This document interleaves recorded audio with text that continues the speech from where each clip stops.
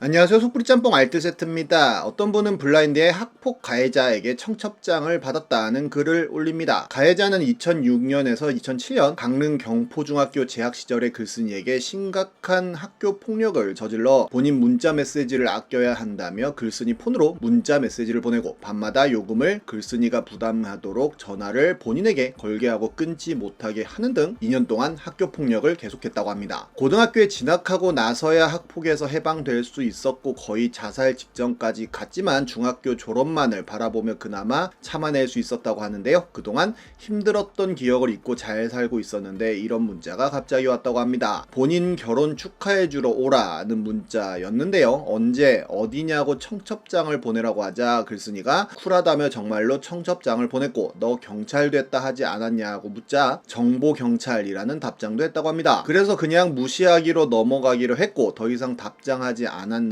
이틀 후 왜 씹냐라는 메시지가 도착하면서 이쯤 되니 이 사람이 정상이 아니라는 판단이 들었고 뭔가 충격을 주지 않으면 지금까지 인생을 살아오면서 그랬던 것처럼 글쓴이뿐만 아니라 다른 사람들에게도 이런 식으로 폭력을 행사할 것 같다는 생각이 들었으며 특히나 경찰이 미래에 어떤 괴물이 될지 모르겠다는 생각이 들었다고 하는데요. 그래서 청첩장에 적힌 연락처로 신부 측에 이 사실을 알렸는데 이후 가해자로부터 명예훼손으로 고소하겠다는 협박을 받았다고 합니다. 너가 어떤 기억을 가지고 있는지 모르겠고 너 기억이 안 좋은 기억이라면 잘못을 빌어야 하는 게 맞지만 이런 식으로 일방적인 연락하는 걸 정상적으로 생각하는지 궁금하다는 카톡도 보냈다고 하는데요. 결국 이 글은 널리 퍼져나갔고 뉴스에도 나오게 됩니다. 가해자가 소속되어 있던 강원경찰청 게시판에는 해당 경찰관을 비판하는 글들이 잇따라 올라왔고 경찰청에선 해당 사건과 관련해 경찰관의 징계는 불가능하다는 결론을 내렸으며 그 경찰관은 경찰 조직에 심려를 끼쳐 죄송하다면서도 일부 사실이 내용과 다르며 그 부분에 대해서는 법적 책임을 묻겠다는 입장을 밝혔다고 합니다. 어쨌든 예비 신부에게는 조상님이 뜻밖의 도움을 한번 준 꼴이 되어버렸는데요. 삼풍백화점이 무너졌을 때도 이렇게 위풍당당히 살아남은 분이 계셨었는데 이번엔 이렇게 조상님이 열정페이로 도와주셨던 분들을 네 번째로 모아봤습니다. 그럼 한번 볼까요? 첫 번째는 상견례 후 퇴짜 맞았다는 사람입니다. 2021년 네이트판에 올라왔던 글인데요. 3주 전에 큰아들 상견례를 했는데 여자 측은 교사이고 아들도 전문직이라고 합니다. 둘이 참 이쁘게 잘 만나는 것 같았고 서로의 인연인 것 같아 상견례까지 갔다고 하는데요. 결혼식은 내년 3월 초에 하자고 합의를 받고 신부 측이 대구에서 결혼식을 할 수 있게 양보해달라고 하여 그렇게 하시라고 양보도 해드렸다고 합니다. 그리고 상견례 선물로 캘리그라피 글씨로 곱게 키우신 딸을 보내주셔서 감사합니다 라고 쓰고 드라이 플라워로 이쁘게 장식을 하여 액자로 만든 이젤 세트와 앙큼 플라워 케이크 선물도 준비했다고 하는데요. 그렇게 화기애애한 분위기로 상견례를 잘 마쳤다고 생각했는데 열흘 후에 느닷없이 여자 집에서 결혼 안 시킨다고 없었던 일로 하자고 파투를 냈다고 합니다. 첫 번째 이유로는 상견례 장소에서 1시에 만나기로 했는데 글쓴이 가족이 20여 분 먼저 도착했고 5분 정도 후에 여자 쪽 가족이 도착했는데 아들이 그 후 2분여 정도 늦게 들어온 것이 예의범절에 어긋났다고 했다는데요. 아들도 1시 안에 들어온 것은 맞지만 자기들보다 늦게 들어왔다고 건방지다는 게 첫 번째 파투 이유라고 합니다. 두 번째 이유는 제사였다고 하는데요. 제사를 묻길래 우리는 시부모님 제사 2개, 기제사 1개, 추석과 설명절, 차례상이 전부 다인데 교회를 다녀서 우리 먹을 음식만 만들어 먹고 간단히 끝낸다고 말을 했더니 그 말을 자기 딸 데려다가 제사 음식 3, 40까지 만들라고 부려먹겠다는 소리로 들렸다고 합니다. 세 번째 이유로 글쓴이 집에 노령견이 3마리가 있어 대구에서 결혼식을 하게 되면 거리가 멀어 가족 중 한 명은 빠질 수도 있을 것 같다고 말한 것이 여자 측 어머니는 자기 딸을 개와 동급 취급한 거라고 길길이 뛰었다고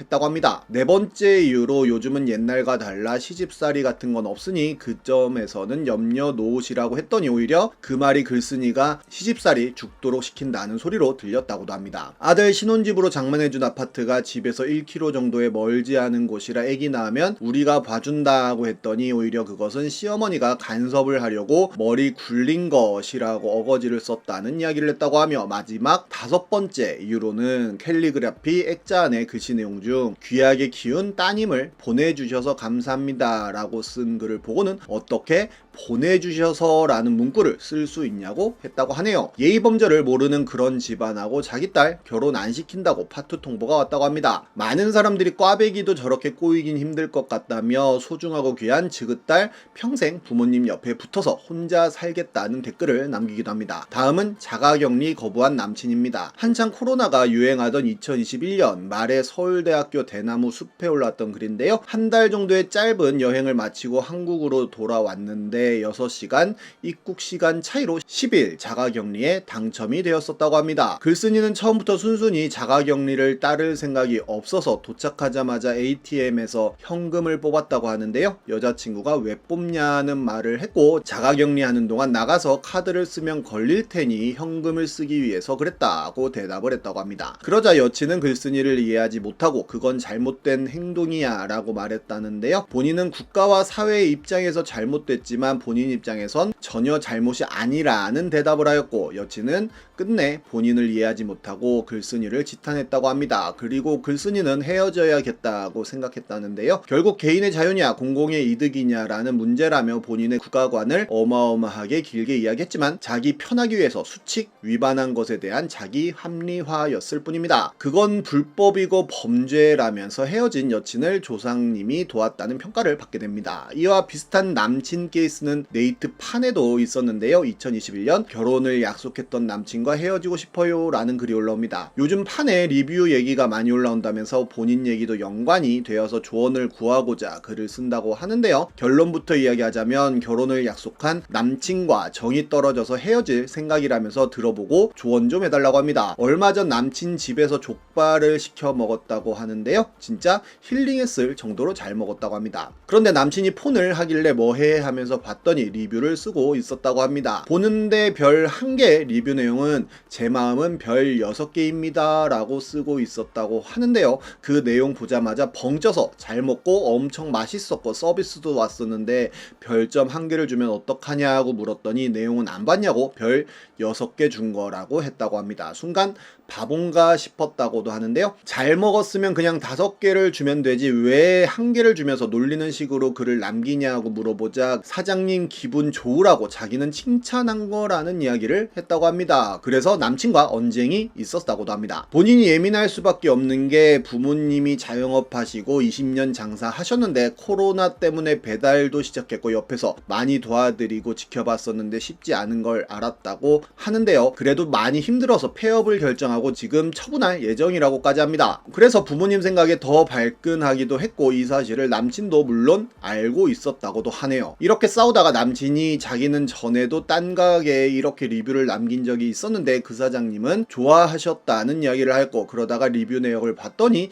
20개 정도가 있었는데 싹 다 별 1개 맛있으면 6개 드린 거라고 써놓고 맛없으면 말할 것도 없이 최악임 이렇게 해놨었다고 합니다. 이걸 보고 인성이 빠았다는 느낌과 관종 같다는 느낌을 받으면서 정이 확 떨어졌다고 하는데요. 친한 친구 한 명에게만 고민 상담하듯 털어놨는데 친구는 헤어질 만한 일은 아닌 것 같다고 했다며 조언 좀 부탁드린다며 마무리를 했는데 별 1개도 아까운 놈이라며 월급이 500만 원인데 사장이 100만 원만 입금해주고 내 맘은 600 준 거라고 해도 이해해 줄 거냐며 이런 작은 사인을 놓치지 않고 인생 꼬이기 전에 유턴하는 글쓴이가 똘똘한 게 맞다는 댓글도 달리게 됩니다. 그리고 후기도 올라오게 되는데요. 남친에게 해당 링크를 공유했 줬다면서 이렇게 카톡 캡처를 보여줬는데 남친은 웃기다며 너 가짜는 일로 이렇게 글을 쓴다며 아무리 생각해도 본인이 뭘 잘못했는지 모르겠다면서 퇴근하고 전화한다고 했지만 여친은 전화는 할 필요 없을 것 같다며 마음 정리하고 연락하라는 이야기를 했다고 합니다. 2022년 블라인드에는 판도라 상자를 열어버린 것 같다는 글이 올라옵니다. 여자친구가 자가 아파트 살고 있고 본인이 2주에 한 번씩 놀러 가는데 그 홈패드 주차장 방문 기록에 SUV 차량